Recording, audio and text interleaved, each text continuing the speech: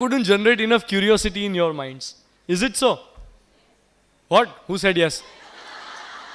Who said yes? या बोलिए आपका सवाल क्या है?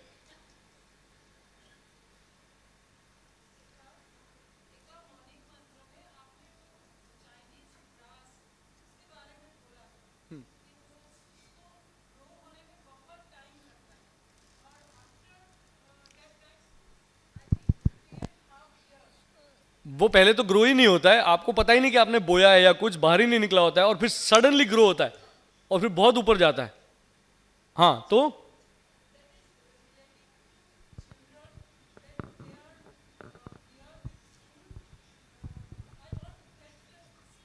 अच्छा ठीक है, मैं आपकी बात समझ गया. She is talking about one morning mantra that I had said on air, in which I had said कि there is a particular type of grass जो आप जमीन में जब बोते हैं ना, देखिए हर बीज के उगने का एक समय होता है.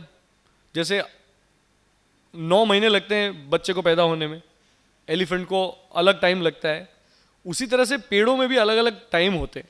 उसमें से एक ये ग्रास ऐसा है कि वो 3 साढ़े 3 साल तक उसको आप, आई डोंट रिमेंबर अभी एग्जैक्टली वो फिगर्स मुझे याद नहीं है, लेकिन आपने उसको बो दिया तो ऐसा लगता ही नहीं कि कुछ उगा है, वो बाहर ही नहीं आता कुछ. और फिर 3 साढ़े 3 साल बाद सडनली इतना ज्यादा बढ़ जाता है विद इन डेज. तो बच्चे वैसे हैं. हाँ I don't remember exactly the figures, 80 feet जितना वो बढ़ जाता है. वो वांस हो जाए, वांस એ પહેલા ગ્રાસ હોય પછી વાંસ થઈ જાય. તો બાળકો પણ એવા જ છે કે તમે જ્યારે એમાં ઇન્વેસ્ટ કરી રહ્યા છો ત્યારે તમને ખબર નથી કે એનું રિઝલ્ટ એક્ઝેક્ટ, પણ એ જ્યારે આવે ત્યારે એ પેલું એમ ચક્રવૃદ્ધિ વ્યાજ સાથે આવે છે. એટલે તમે જ્યારે એની સાથે જે પણ ઇન્ટરેક્શન કરતા હો ત્યારે બહુ કેરફુલ રહેવાનું. તમે જેવું કરશો ને એવું બાળકો કરશે. હવે ઘણા લોકો આ મને છે ને ઘણીવાર પેલું આ બુક્સ વિશેના પેરેન્ટ્સ બહુ બધું કહેતા કે અમારા છોકરા વાંચતા નથી. હમણાં વચ્ચે પેલો વર્લ્ડ બુક ડે ના ગયો, બુક ફેર હતો અમદાવાદમાં, ત્યાં કે અમારા છોકરાઓ વાંચતા નથી. મેં કહું તમે કેટલું વાંચો છો તમે? હવે પછી બીજી એક વસ્તુ હમણાં તો નવું ચાલુ થયું છે કે આજકાલના બાળકો તો આ મોબાઈલ વાપરતા જબરા આવડે છે કે તમે 2 વર્ષનું બાળક હોય, 1.5 વર્ષનું બાળક હોય તો એ મોબાઈલ વાપરી શકે છે. મેં કહું તો વાપરી તો શકે ને, ઘરમાં બધાના હાથમાં હોય. બાળકને એવું જ લાગે કે આ અમારા જીવનનો એક ભાગ છે, કારણ કે એ જ જોઈને મોટું થયું છે. તમે જો દિવસમાં જમતી વખતે મોબાઈલ હાથમાં હોય, બાજુમાં જ પડ્યો હોય, તરત બધા આમ કરતા હોય, તો બાળકે આમ કરતા શીખી જ જવાનું છે. શું પ્રોબ્લેમ? એટલે જેવું તમે કરશો, તમારા હાથમાં ચોપડી હશે બાળકના હાથમાં ચોપડી આવશે, તમારા હાથમાં મોબાઈલ હશે તો બાળકના હાથમાં મોબાઈલ આવશે. એવા કેટલા સ્ટુડન્ટ્સ હશે જે ટીચરને જોઈને પોતાની ડ્રેસિંગ સેન્સ ડિસાઇડ કરતા હશે? ક્યારે વિચાર્યું તમે આના વિશે? એવા કેટલા બધા સ્ટુડન્ટ્સ હશે જે ટીચર જેવું ચાલવા માગતા હશે, એમના જેવું બિહેવ કરવા માગતા હશે. તમે એના માટે આઈડોલ છો, you are the role model. So એટલે આ બધી બહુ ઇમ્પોર્ટન્ટ વસ્તુઓ છે. આ પેલી ઘાસવાળી વાત છે કે એને તમે 3.5 વર્ષ સુધી એમાં પાણી નાખો છો, તમને ખબર નથી કે કયું પાણી કેવી રીતે લેખે લાગવાનું છે. સો તમારી તો डेली बिहेवियर, माइन्यूटेस्ट मूव ये एनालाइज करे और ऑब्जर्व करे. प्रॉब्लम इज दैट हमारे यहाँ पे ना अभी वो गुरुकुल सिस्टम नहीं है. बच्चे आपके पास सिर्फ 8 घंटे हैं, उसके अलावा का जो समय है वो उसका ऐसे माहौल में है जहाँ पे बहुत स्ट्रॉन्ग इंप्रेशंस आ रहे हैं और आप चाहें भी तो उसको रोक नहीं पाएंगी. जैसे मैं आपको बताता हूँ अभी एग्जाम्पल देता हूँ कि जैसे हमारी पेरेंटल जनरेशन जो थी वो साइकिल पे ट्रैवल कर सकती थी. हमारी पीढ़ी साइकिल पे ट्रैवल नहीं कर पा रही है क्योंकि हमको एक जगह से दूसरी जगह फटाफट पहुंच जाना है. मैं कल ही याद कर रहा था, मैं यूनिवर्सिटी एरिया से गुजर रहा था and I remember those days जब यूनिवर्सिटी एरिया में लाइट्स कम हुआ करती थी और रात को एक बार हम वहाँ पे रशियन सर्कस देखने के लिए गए थे. 8:30 बजे वो ख़त्म हो गया था. बाहर आने के बाद रिक्शा नहीं मिली थी हमको और मुझे याद है कि मैं एकदम डर सा गया था उस टाइम पे कि अब हम घर कैसे पहुँचेंगे, कितने बजे पहुँचेंगे. मैं बहुत छोटा था और उसमें हमको कुछ 45 मिनट्स 1 घंटा लगा था वहाँ से चलते हुए घर जाने में. तो तब मैं याद कर रहा था कि यार इस वक्त मैं कुछ 4-5 मिनट में पहुँच रहा हूँ मेरी कार में. तो ट्रांजिट टाइम जो है, ट्रैवल टाइम कितना कम हो गया है. और ये अब कोई मुझे वहाँ से चल के जाने के लिए कहे, कौन जाएगा? कोई नहीं जाएगा. तो उसी तरह से आपका जो स्टूडेंट है वो आपके पास एक स्टिपुलेटेड टाइम के लिए है, लेकिन उसके अलावा का जो टाइम है जिसमें वो कार में जा रहा है, जिसमें वो फिल्में देख रहा है, जिसमें वो मोबाइल पे बातें कर रहा है, जिसमें वो इमीडिएट चैट कर रहा है. जैसे मैंने एग्जांपल दिया कि पहले पोस्ट कार्ड लिखो फिर इंतजार करो कि कब जवाब आएगा. अब तो आपको पता है कि इमीडिएट रिप्लाई आना है, डबल टिक हो गया तो उसको रिप्लाई करना ही करना है ना व्हाट्सएप में. तो उसका माइंडसेट चेंज हो गया है. अब आप कोशिश ये करें, आप ये कह रहे हैं कि अगर हम भी 20 मिनट का लेक्चर लेने लगे या 5 मिनट का पीरियड लेने लगे तो हम उस चीज को बढ़ावा दे रहे हैं। क्यों ना हमें उसमें धीरज का गुण कल्टीवेट करना चाहिए, ये आपका सवाल है। मेरा ऐसा मानना है कि आप कोशिश करेंगी तो भी शायद सफल नहीं हो पाएंगी, क्योंकि बाहर का जो पीयर प्रेशर है वो बहुत स्ट्रांग है। तो आपको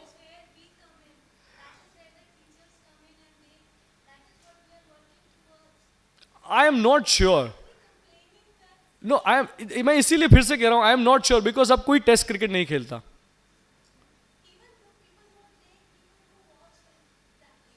बहुत बहुत ही मिनिस्क्यूल परसेंटेज है। Probably you understand your industry better. As an outsider, I am saying this. This is my observation as an outsider. Maybe you are right. So I am not challenging your observation, but I still hold my opinion very strongly that अगर आप micro lectures लेने लगेंगे तो शायद आपको as teachers ज़्यादा benefit होगा, ऐसा मेरा मानना है।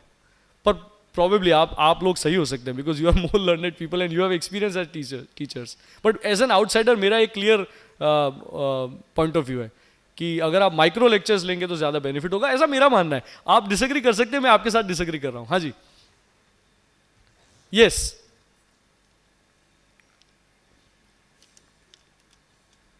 और कोई सवाल नहीं, क्योंकि मैंने डिसएग्री कर लिया? अरे ऐसे थोड़ी होता है। You have a question?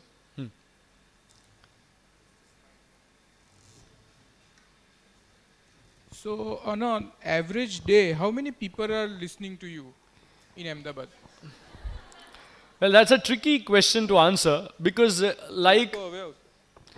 there is. I wouldn't be able to give you an exact figure, but I can give you a rough estimate of my listeners. Because हमारे में तो क्या है कि 5-7 रेडियो स्टेशन हैं अहमदाबाद में, तो अगर ऐड चल रहा है तो किसी ने चेंज कर दिया चैनल, अगर ध्वनित बोर कर रहा है तो चेंज कर दिया चैनल। मान लीजिए मैंने बोलना शुरू किया और मेरी बात में आपको इंटरेस्ट नहीं, क्योंकि मैं स्टॉक मार्केट के बारे में बात कर रहा हूँ, तो it is very much possible that the teacher is not interested in listening to the stock market, और the housewife is not interested. She has the facility of the remote control to change the channel, and she changes the channel. It's very much possible. So एक rough estimate मैं आपको दे सकता हूँ फिर भी listenership का, जो है अंदाजन at a given point at say 9 o'clock or so, there would be around 14-15 lakhs.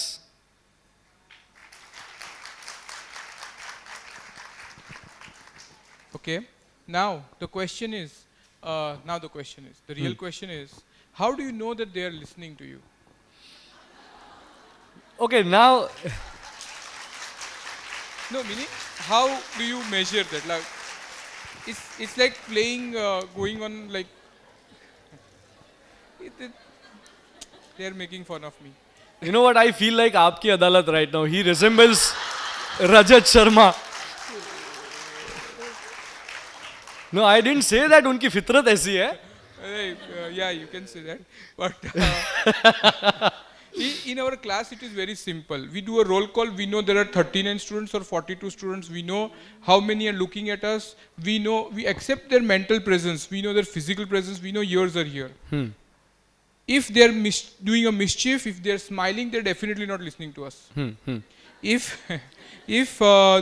And if there is anything, we say, okay, go out of the class, so everybody listens. Now, this is something which is in our hand. But you do not know 15 lakhs is your classroom. You get only 45 minutes in your 4 hours, to speak.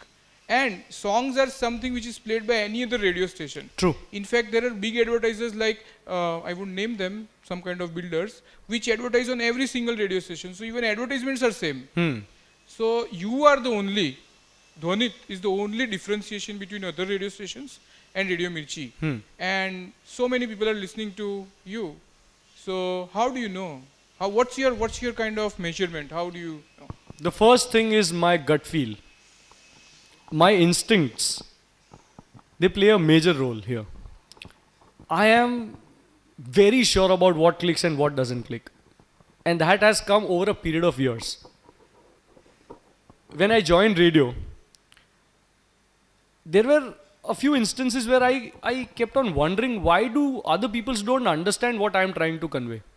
In the initial phase of my career मैं बहुत सारे ideas देता था, मैं बोला ऐसा करते हैं वैसा करते हैं, तो लोग समझ नहीं पाते, लोगों को लगता है कि क्या कह रहा है, और मैं कहता था ऐसा क्यों नहीं हो सकता। Like the first example I give you, ये जो बायोस्कोप आप सुनते हैं रेडियो पे, movie review, I might end up sounding like somebody who's boasting about one's own self, but I was the first one to do movie reviews in the entire industry in the nation. मैं पहला ऐसा आदमी था जिसने ऐसा बोला कि यार हम लोग पिक्चर के बारे में बातें कर रहे हैं, पिक्चर की बात क्यों नहीं कर रहे हैं। तो लोगों ने कहा उसमें क्या होगा। मैंने कहा क्यों मैं फ्राइडे को first day first show film देख के उसका रिव्यू नहीं कर सकता। तो लोगों ने कहा अरे तुम कैसे रिव्यू करोगे। मैंने कहा क्यों मैं रिव्यू नहीं करूंगा, जब आप मुझे ऐसा कह रहे हैं कि मुझे पूरे शहर के साथ बात करनी है और मैं अपना स्टाइल ऑफ रेडियो जॉकिंग ऐसे डेवलप कर रहा हूं जैसे कि मेरा लिसनर मेरा दोस्त है, तो मैं अपना स्टाइल ऑफ रेडियो जॉकिंग क्या है, that you are my friend, I am befriending you, I am telling you that अगर आप खाना बना रहे हैं, अगर आप होमवर्क कर रहे हैं, अगर आप ऑफिस जा रहे हैं, आप कुछ भी कर रहे हैं, मैं आपका कंपेनियन हूं, मैं आपका इंट्रूडर नहीं हूं, मैं आपको कुछ फोर्स नहीं कर रहा हूं, आपकी जब मर्जी हो तब आप मुझे सुन रहे हैं, आपको जितना सुनना है आप मुझे सुन रहे हैं, आपकी मर्जी का काम मैं कर रहा हूं रेडियो पे, जो एंटरटेनमेंट आपको जिस तरह का चाहिए वैसा मैं प्रोवाइड कर रहा हूं। तो जब मैंने करियर शुरू किया तो एक ऐसा गैप था उस टाइम पे एंटरटेनमेंट इंडस्ट्री में जिसमें लोकलाइज एंटरटेनमेंट अवेलेबल नहीं था, सिर्फ थी फिल्में या था क्रिकेट, और टीवी पे ये उस टाइम पे रियलिटी शोज भी शुरू नहीं हुए थे उस टाइम पे, तो टीवी पे वो सोप ओपेराज आते रहते थे, तो एक पर्सनलाइज्ड एंटरटेनमेंट ऐसी कोई बात ही नहीं थी। सो रेडियो जॉकी, मेरा डेफिनेशन स्कूल ऑफ थॉट ये था कि radio jockey is a friend जो पर्सनलाइज्ड एंटरटेनमेंट देता है, जो आपको जैसा चाहिए, इस शहर की जो जैसी तासीर है, इस शहर की जो फितरत है, इस शहर की जो बिहेवियर है, उसकी साइकी है, उस हिसाब का एंटरटेनमेंट देता है। तो मैंने वो पर्सनैलिटी जो मेरे अंदर छुपी हुई थी उसको रिकग्नाइज किया, उसको डेवलप किया ग्रेजुअली, और मैं शहर तक ले गया और शहर को भी धीरे धीरे धीरे मेरे साथ जोड़ने की कोशिश की। अब इसमें एक जो ये इंपॉर्टेंट पॉइंट था, मैंने मेरे बॉसेस से ये कहा कि मूवी रिव्यू क्यों नहीं हो सकता। तो उन्होंने कहा वो क्या मतलब, तुम कैसे करोगे movie review, who are you to do the movie review. मैंने कहा देखो एक बात समझो, हम फिल्में किसके बेसिस पे देखने जाते हैं, फिर वो कहेगा ऐसी लगी वैसी लगी वैसी लगी, तो एक फ्रेंडली ओपिनियन के बेस पे लोग डिसाइड करते हैं कि भैया मुझे फिल्म देखने जाना है कि नहीं जाना है, क्योंकि आपके पीयर ग्रुप में बातें हो रही हैं, आपके फ्रेंड सर्कल में बातें हो रही है, आपके रिलेटिव्स में बातें हो रही है, और फिर आपने डिसाइड किया। तो रेडियो जॉकी अगर फ्रेंड है तो एज अ फ्रेंड वो एडवाइस नहीं दे सकता। तो उन्होंने कहा बात तो सही है। मैंने कहा चलो आपको कहीं ऐसा लगता है कि मेरा ओपिनियन, मेरी समझ फिल्मों के बारे में सीमित है, इमेच्योर है, या फिर I am not competent enough to give a review और an opinion on the movie, शायद आपको ऐसा लग सकता है as a company. So let us do one thing, मैं मूवी देखने जाऊंगा और मैं फिल्म देखने के बाद ऑडियंस के साथ बातें करूंगा, उनके साथ इंटरेक्शन करूंगा, उनके साथ फिल्म डिस्कस करूंगा, और वो बातें मैं रेडियो पे आके सुनाऊंगा। तो उन्होंने कहा अच्छा ये तो साउंड बाइट्स हो गए। मैंने कहा वो आपका टर्म है, साउंड बाइट्स जो भी है, लेकिन मैं ऐसा करना चाहता हूँ। सो उन्होंने कहा चलो एक्सपेरिमेंट करते हैं, तुम पहले करके देखो क्या होता है। So that's how it all started. So in the initial years I never used to produce one single 2-minute radio entertainment called Bioscope. शुरुआत में मैं अपने शो में first day first show review करता था जो कि पूरा 3 घंटा चलता था। जब रेडियो पे मैं फिल्म देखने जाता था दोपहर को 12 बजे, फिल्म देखने के बाद जो भी बाहर निकले हैं, शायद आप में से किसी लोग को एक्सपीरियंस भी होगा उन सालों का शायद, कि फन रिपब्लिक में या वाइड एंगल में मैं गया हूँ फिल्म देखने के लिए, और जैसे ही ऑडियंस बाहर निकली मैंने उनको रोक दिया है, and then I spoke to the audience. जितने भी लोग बाहर आ रहे हैं उनको मैंने कॉरिडोर में रोका हुआ है, मैं उनसे बातें करता था 15-20 मिनट के लिए। मैं उनको रिक्वेस्ट करता था कि देखो this is a part of my show, I want to talk to everybody. तो मैं हर किसी को रोक देता था वहां पे with the permission of the theatre owners, और मैं उनके साथ कॉन्वर्जेशन करता था, and I used to record those conversation and then play them on radio.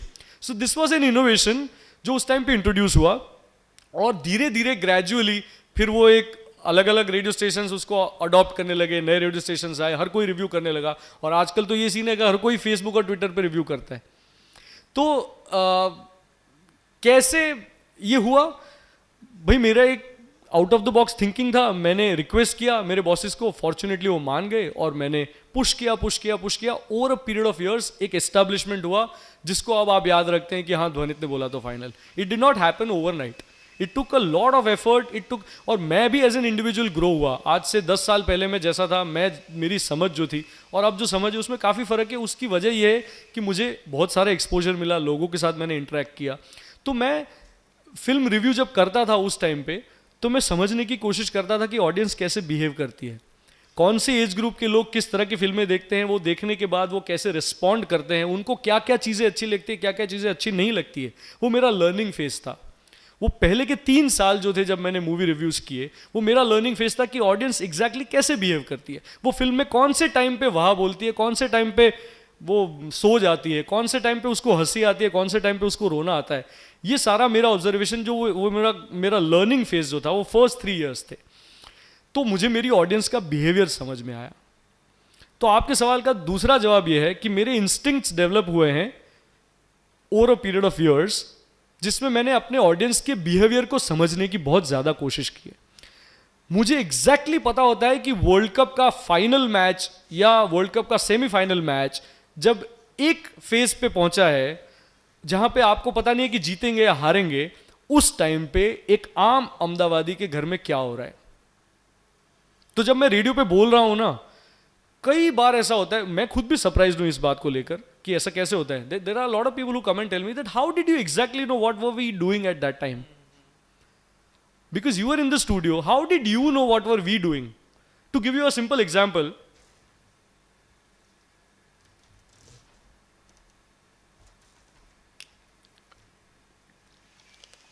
there was a guy who called me up.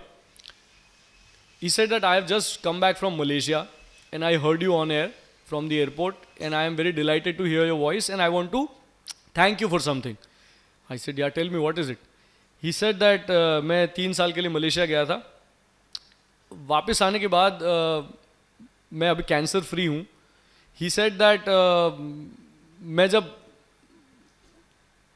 Malaysia जा रहा था उस अरसे में आप इवनिंग शो करते थे और आपने एक बार रेडियो पे एक ट्रैफिक अपडेट किया था कि ट्रैफिक अपडेट कुछ ऐसा था, रेडियो पे बजा Maruti Suzuki traffic beat and then this is how I began the traffic update. I said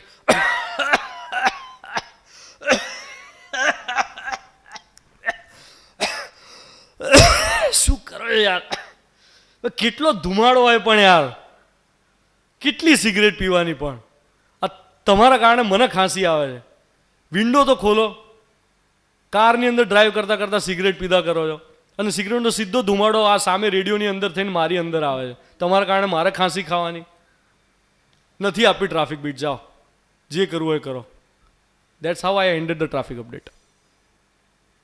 So he said that I went to Malaysia and I was detected. He said that I used to smoke about 30 cigarettes, 35 cigarettes a day. And I went to Malaysia and I was detected in the early stage of cancer. And you know, I was reminded of your traffic update. And then I had decided to quit. Your traffic update had made an impression then also, but I couldn't make up my mind. But then when I was detected for cancer, I was reminded of your voice, the way you presented that thing on radio. And then I had to quit and all. Now I am absolutely fine. Now I am back and I switched on the radio, I heard you, and I thought of just telling you that, you know, you made a difference that day. Now, अब इसमें सिर्फ एक छोटी सी ये बात थी कि मैंने उस ट्रैफिक अपडेट में डाली थी, वो ये थी कि सिगरेट आप गाड़ी के अंदर पी रहे हो और धुआं सीधा रेडियो में आ रहा है जो मुझे छू रहा है और मुझे कफ हो रहा है, तो आपकी वजह से मुझे पैसिव स्मोकिंग की वजह से शिकार बनना पड़ रहा है. इस बात बड़ी सिंपल थी यार, एंटी टोबैको मैसेजेस कितने सारे लोग देते हैं, लेकिन मुझे उस टाइम पे जो सूझा मैंने कर दिया. मुझे ऐसा लगा कि मुझे शायद ऐसा कोई लिसनर होगा जो इस वक्त कार में स्मोक कर रहा होगा, उसको फर्क पड़ जाए, और पड़ गया. So I try to understand the behavior of my listener at a given point. Say at 7 o'clock जब मैं उठा तो 3 दिन पहले बहुत सारी डस्ट थी. Everybody had experienced that dust. So if I begin the show by telling you that આજે તો તમારે કચરો બહુ વાળવો પડ્યો હશે, you relate to it, no? You would immediately relate to it because that's what happened to you. अगर रात्रे वरसाद पड़े होए તો હું તમને કહું ને કે સરસ મજાનો વરસાદ પડ્યો અને ઘણા બધા લોકો એવા હશે જે લોકો ધાબા ઉપર ઊંઘતા હશે તો ઇમરજન્સીમાં નીચે દોડ્યા હશે. તો those people who left on the terrace would have, so there are simple things in our lives, जो छोटे छोटे ऑब्जर्वेशंस है, वो ऑब्जर्वेशंस मैं आपके सामने उस तरीके से रखने की कोशिश करता हूं जैसे कि आपको लगे कि मैं आपसे ही बात कर रहा हूं. While I'm talking to you right now, I am reminded of one instance wherein I had given an entire traffic update, and then at the end of the traffic update, I had said that, જોઈને હમણાં ડિવાઈડરને અથડાઈ જતા, થોડી સાઈડમાં લો ને. And there are people when they drive, you know, there are times when you feel कि अरे अभी डिवाइडर से टकरा जाते लेकिन बच गए. You realize it at the last moment कि अरे sorry लेफ्ट ले लो. And it connects with the audience. So your experience and my experience when they match, तो वो एक हार्मनी क्रिएट करता है. And I am very fortunate that जितने experiments मैंने किए हैं उसमें से 60-70% केसेस में I am able to strike a chord. So there is some grace that plays upon. I surrender and it happens. So I am very grateful for all the grace to be upon me at those times. And there are days when the grace is not there. I tell you what, there are times when my receptors are not working properly and I am not able to let the creative flow reach out to you. There are days like that. So there are experiences where you feel that where is that spark gone? Where is that grace? Why is it